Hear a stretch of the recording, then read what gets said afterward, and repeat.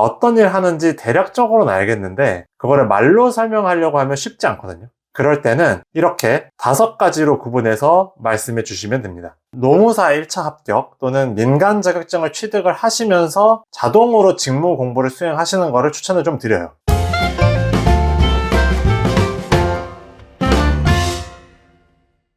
안녕하세요, 와람입니다. 인사직무 준비하시는 분들 많으시죠? 그런데 어떻게 그 준비 쉬우신가요? 아마 어려우실 거라고 생각이 드는데요. 정보도 너무 없고 또 이 직무를 수행하고 있는 사람도 너무 적다 보니까 그럴 거라고 생각이 좀 들어요. 그래서 오늘은 인사직무를 준비하시는 분들이 가장 궁금해하시는 대표 질문 3가지에 대해서 답변해 보도록 하겠습니다. 면접에서 면접관님이 인사직무는 어떤 일을 한다고 생각하세요? 라고 물어보시면 여러분들 어떻게 답변하실 생각이세요? 제 추측으로는 아마 답변하기가 쉽지는 않으실 거예요. 그러니까 어떤 일 하는지 대략적으로는 알겠는데 그거를 말로 설명하려고 하면 쉽지 않거든요. 그럴 때는 이렇게 5가지로 구분해서 말씀해 주시면 됩니다. 이거는 제 개인적인 생각이 아니라 인사직무하면 대표적인 업무 5개를 공신력 있게 정의해 놓은 것이니까요. 정답이라고 생각하셔도 되시고요. 조금 더 의견을 풀어보자면 평가 직무 같은 경우는 인사평가랑 관련이 있잖아요. 이게 무슨 말이냐면 되게 예민한 문제죠. 그래서 신입사원분에게는 잘 맡기지 않는 직무입니다. 일반적으로. 평가 직무를 따로 빼서 채용 공고를 냈으면 상관이 없겠지만 제가 신입인데 인사팀 지원자라면 평가 업무를 메인으로 하고 싶다는 말은 가급적 아낄 것 같아요. 대신 추후에 평가 업무에도 전문적으로 가보고 싶다. 이런 식으로는 괜찮겠죠. 그러면 여러분들이 신입으로 입사하셨을 때는 교육은 좀 논외로 치더라도 채용, 보상, 노무를 업무로 수행을 하게 되실 거고, 그런데 여기서 노무는 아무래도 노무사 최소 1차 정도는 합격하신 분들이 전문적인 영역일 테니까 기본적으로는 채용이나 보상 쪽으로 업무를 좀 많이 수행하게 되실 거다라고 말씀을 드릴 수 있을 것 같아요. 앞서 제가 인사직무는 5가지의 업무로 대표적으로 나뉜다고 했잖아요. 그래서 이렇게 다양한 이름으로 불리는 거는 그 업무 범위에 따라서 명칭의 차이가 있다고 생각하시면 되시고, 이거는 기업의 규모와 굉장히 크게 연관성이 있습니다. 인사 총무 담당자를 채용하는 공고라고 쳐요. 이거는 인사 50%,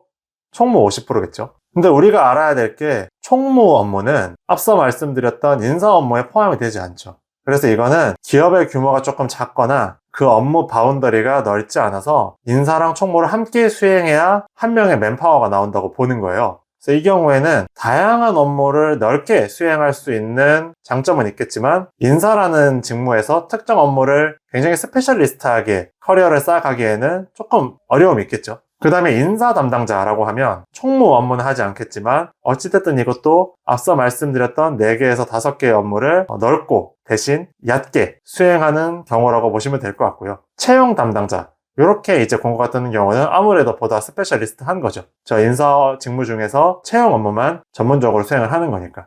그래서 여기서 이제 규모가 조금 더 커지고 여러분들 모두가 가고 싶어하는 글로벌 기업이 되면 팀마저도 따로 가는 거죠. 채용팀, 평가 보상팀, 노무관리팀, 교육에서도 리더십 교육팀, 교육기획팀 이런 식으로. 그러면 인사팀이나 인재육성팀을 입사를 하고 싶은데 뭘 준비해야 되고 또 어떻게 준비해야 하느냐라고 하면 크게는 2가지인 것 같아요. 첫 번째는 직무 공부를 하셔야 되고 두 번째는 직무 경험을 쌓으셔야 됩니다. 근데 우리가 이 2가지가 필요하고 중요하다는 걸 모르지는 않을 거예요. 그러면 방법론은 어떻게 되느냐? HRM, 즉 채용, 평가, 보상, 노무 쪽을 준비를 하시는 분이라면 저는 노무사 1차 합격 또는 민간 자격증을 취득을 하시면서 자동으로 직무 공부를 수행하시는 거를 추천을 좀 드려요. 일단 우리가 어떤 자격증이나 눈에 보이는 정량적인 스펙이 없으면 면접까지 가지 못하면 직무 공부를 했다는 걸 증명을 할 수가 없잖아요. 그렇다고 했을 때 노무사는 2차 시험의 합격 당락 여부가 굉장히 중요하고 굉장히 또 어려워요. 그 말은 노무사 1차는 여러분들이 취업 준비하시면서 충분히 준비하시고 합격하실 수 있어요.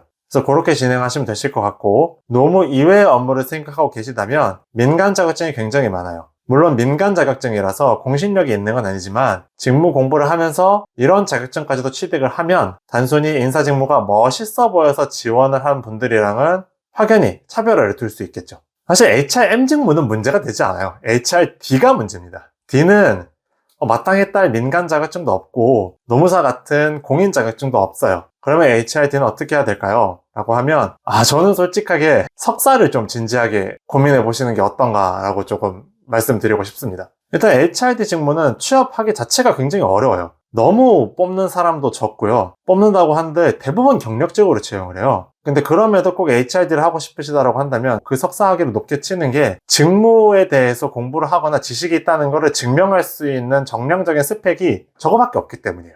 두 번째로 직무 경험은 HRM은 형태가 좀 다양해요. 여러분들 모두 아시는 인턴도 있을 수 있고요. 또 파견직이 있을 수 있어요. 특히 보상 직무 쪽은. 그리고 연말 되면 연말정산 아르바이트생을 단기적으로 채용해서 쓰는 경우도 있죠. 이런 기회들을 잘 지원을 하고 경험을 하시면 나중에 인사직무를 지원을 하실 때 훨씬 더 많이 어필하실 수 있고요. 또다시 말씀드리지만 HRD가 문제인데요. D는 뭐 인턴도 없고 파견직도 없고 아르바이트생도 없어요. 그래서 컨설팅 펌을 1차적으로 들어가 보시는 게 어떠냐라는 말씀을 드려보고 싶습니다. 컨설팅 펌이라는 거는 중견이나 대기업에서 교육기획이나 운영을 전부 할 여력이 안 돼서 대행으로 비용을 지불을 하고 소위 맡기는 업체를 얘기를 하는데요. 이 경우에도 교육기획이 별도 직무로 있는 펌을 가시기를 추천을 드려요. 왜 그러냐면 컨설팅 펌은 기본적으로 구조가 수익을 많이 창출할 수 없어요. 그렇기 때문에 영세한 경우가 굉장히 많거든요. 그래서 이 경우에는 잘못 들어가시면 교육기획보다는 제안서 영업에만 매몰되실 수 있어요.